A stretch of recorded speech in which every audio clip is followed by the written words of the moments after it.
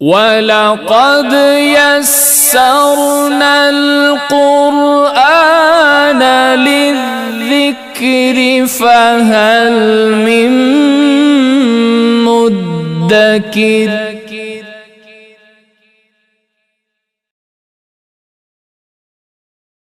بسم اللہ الرحمن الرحیم۔ سورہ بقرہ کی اگلی آیت ہے آیت نمبر 27، جس کا ترجمہ ہے: وہ لوگ جو اللہ کے وعدے کو پختہ ہونے کے بعد توڑ ڈالتے ہیں اور اس چیز کو کاٹتے ہیں جس کے جوڑنے کا اللہ نے حکم دیا، اور زمین میں فساد پھیلاتے ہیں، تو یہی لوگ نقصان اٹھانے والے ہیں۔ اب دیکھیے کہ ان آیات کا پچھلی جو آیات ہیں ان کے ساتھ کیا تعلق ہے۔ اس سے پہلے معلوم ہوا تھا کہ قرآن کریم سے بعض لوگ گمراہ بھی ہو جاتے ہیں۔ اب بتایا جا رہا ہے کہ وہ گمراہ ہونے والے جو ہیں وہ کون ہیں۔ اس آیت کو دیکھ کر ہر شخص اپنے گریبان میں منہ ڈالے، اپنے گریبان میں جھانکے اور سوچے کہ میں کس زمرے میں ہوں۔ فرمایا گیا کہ جس میں یہ 4 عیب ہیں وہ کبھی بھی قرآن پاک سے ہدایت حاصل نہیں کر سکتے۔ کون سے؟ ایک یہ کہ اللہ کی اطاعت سے باہر رہے اور اس کی ذات اور صفات کا انکار کرے۔ دوسرے یہ کہ اللہ سے جو عہد کیا تھا اس کو مضبوط کر کے توڑ دے، خواہ میثاق والا عہد توڑے یا اسلام لاتے وقت جو عہد کیا تھا اس کو توڑے، یا پھر اپنے مرشد کے ہاتھ پر بیعت ہوتے وقت جو استقامت کا عہد کیا تھا اس کو توڑ دے۔ تیسرے یہ کہ جن حقوق کی ادائیگی کا حکم تھا اور جن رشتوں کے جوڑنے کا فرمان تھا اس کے پورا کرنے میں کوتاہی کرے، یعنی اللہ تعالیٰ کی توحید، انبیاء کرام علیہ السلام کی نبوت، آسمانی کتابوں کی حقانیت کا قائل نہ ہو، علماء مشائخ کی بات نہ مانے، قرابت داروں کے حقوق ادا نہ کرے، ان کی مصیبت میں ان کے کام نہ آئے۔ چوتھے یہ کہ حرام کام کر کے زمین میں فساد پھیلائے۔ ایسا شخص قرآن کریم سے کبھی بھی نفع حاصل نہیں کر سکتا، بلکہ وہ پورا نقصان اور خسارے میں ہے۔ اب دیکھیے کہ اس میں جس عہد کا ذکر کیا گیا ہے اس سے وہ عہد مراد ہے جو اللہ تعالیٰ نے گزشتہ آسمانی کتابوں میں نبی کریم صلی اللہ علیہ وآلہ وسلم پر ایمان لانے کے متعلق فرمایا تھا۔ اس میں ایک قول یہ ہے کہ عہد 3 ہیں۔ کون سے؟ پہلا عہد وہ جو اللہ تعالیٰ نے تمام اولاد آدم سے لیا کہ اس کی ربوبیت کا اقرار کریں، اس کا بیان سورہ اعراف کی آیت نمبر 172 میں ہے۔ دوسرا عہد انبیاء کرام علیہ السلام کے ساتھ مخصوص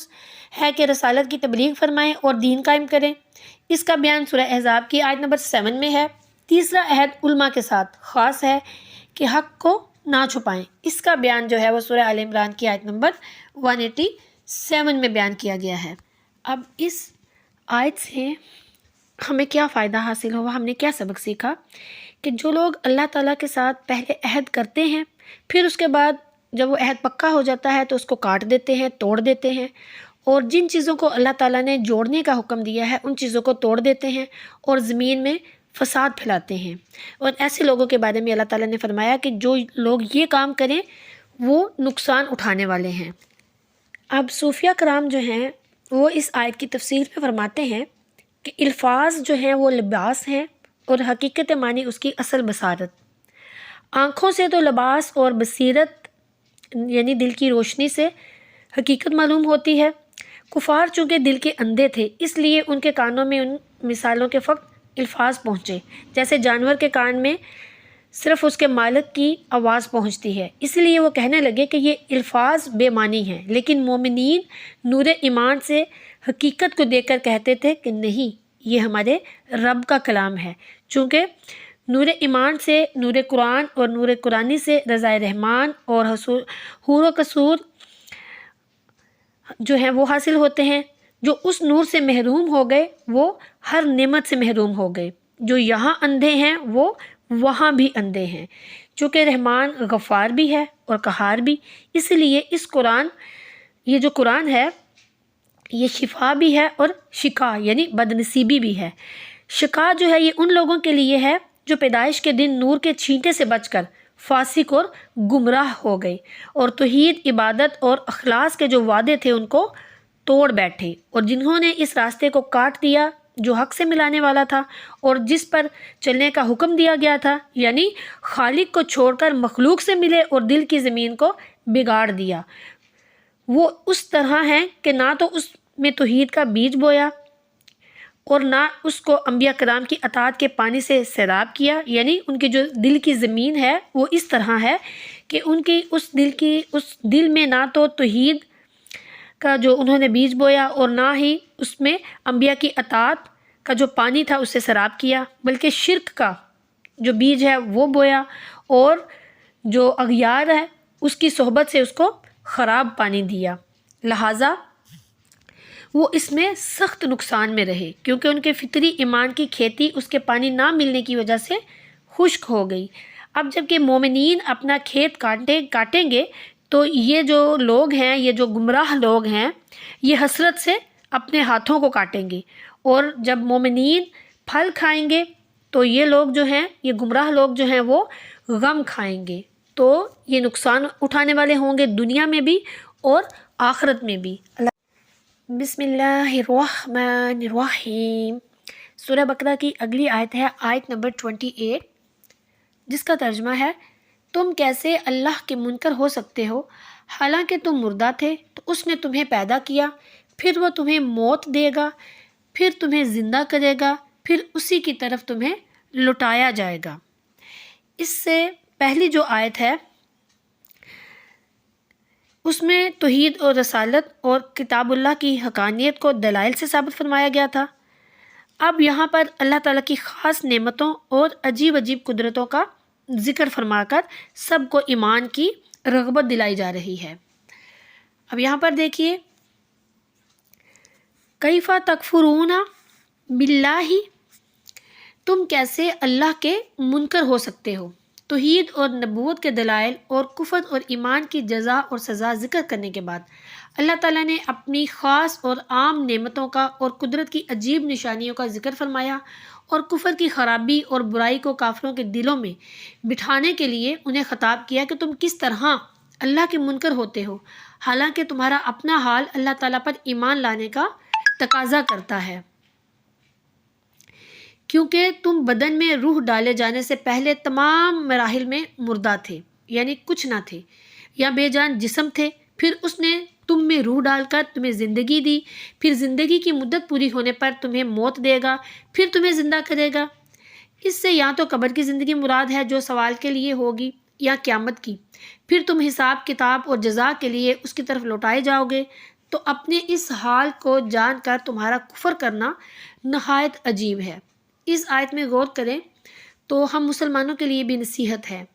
کہ ہم بھی کچھ نہ تھے، لیکن اللہ تعالیٰ نے ہمیں زندگی عطا کی اور زندگی گزارنے کے لوازمات اور نعمتوں سے نوازا، تو اس کی عطاؤں سے فائدہ اٹھا کر اس کی یاد سے غافل ہونا اور ناشکری اور غفلت کی زندگی گزارنا کسی طرح بھی ہمارے شایان شان نہیں ہے۔ اور یہ کہ عالم کی ہر چیز، بلکہ ہم خود بھی اپنے خالق کی ذات اور صفات کی کھلی ہوئی دلیل ہیں، اسی لیے فرمایا گیا ہے کہ جو اپنے آپ کو پہچان لے گا وہ رب کو پہچان لے گا۔ پھر دیکھیے کہ دنیا جو ہے وہ عمل کی جگہ ہے، نہ کہ سزا اور جزا کی، اسی لیے اس کو قرار نہیں۔ اور حیات برزخ اور قبر کے سوال اور جواب یہ سب قرآن پاک سے ثابت ہیں۔ صوفیہ کرام جو ہیں وہ اس آیت کی تفسیر کے بارے میں فرماتے ہیں کہ اس آیت میں مسلمانوں سے خطاب ہو رہا ہے کہ اے مسلمانوں، تم آئندہ کیسے کافر بن سکتے ہو، حالانکہ تم آدم علیہ السلام کی پشت میں بے جان ذرے تھے، پھر تم کو اللہ تعالیٰ نے اس طرح زندہ فرمایا کہ ان کی پشت سے نکالا اور الست بربکم کا پرلطف کلام سنایا اور تمہیں اپنے خطاب کی عزت بخشی اور تم کو جواب بثواب کی توفیق بخشی، تو تم نے کیا کہا؟ خوشی سے کہا بلا، کفار کی طرح بے مروتی اور خوف سے نہیں کہا۔ پھر تم کو اس طرح موت دیتا ہے کہ عالم ارواح سے عالم اجسام کی طرف منتقل فرماتا ہے، پھر تم کو انبیاء کرام علیہ السلام اور آسمانی کتابیں بھیج کر دوبارہ زندگی بخشتا ہے، اور پھر تم اسی کی طرف بے اختیار لوٹ کر جاؤ گے۔ آسان الفاظ میں اس کا مطلب یہ سمجھ لیجئے کہ جب اللہ تعالیٰ نے روحوں کو پیدا کیا، یعنی عالم ارواح میں جب اللہ تعالیٰ نے سب کو پیدا کیا تو وہاں پر اللہ تعالیٰ نے سب سے کہا کہ کیا میں تمہارا رب نہیں؟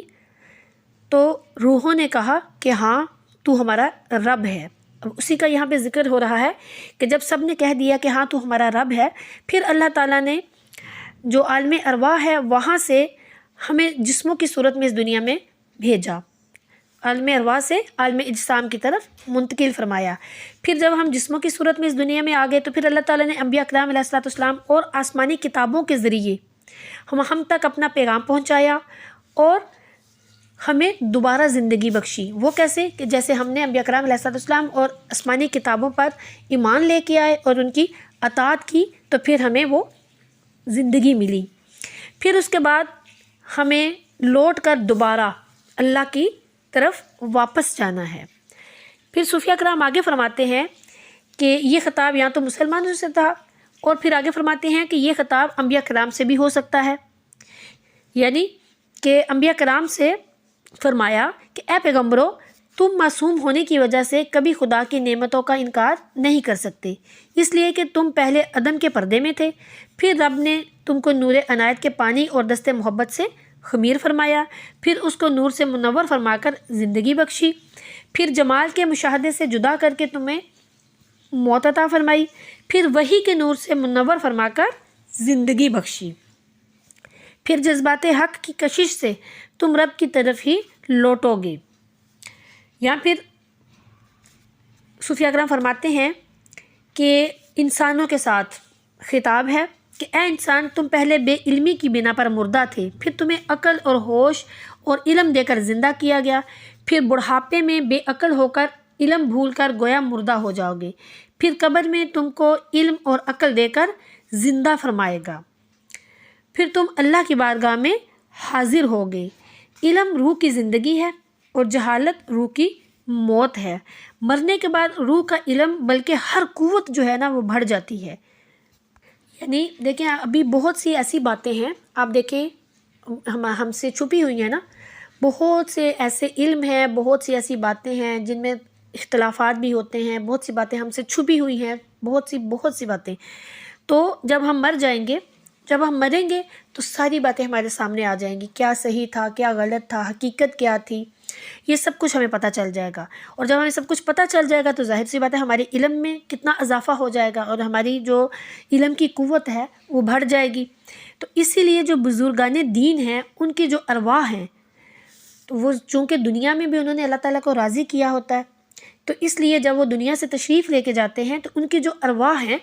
وہ اور زیادہ قوت کے ساتھ اور زیادہ مضبوط ہو جاتی ہیں، اور زیادہ ان کے علم میں اضافہ ہو جاتا ہے، اس لیے پھر وہ موت کے بعد بھی لوگوں کی مدد کرتے ہیں،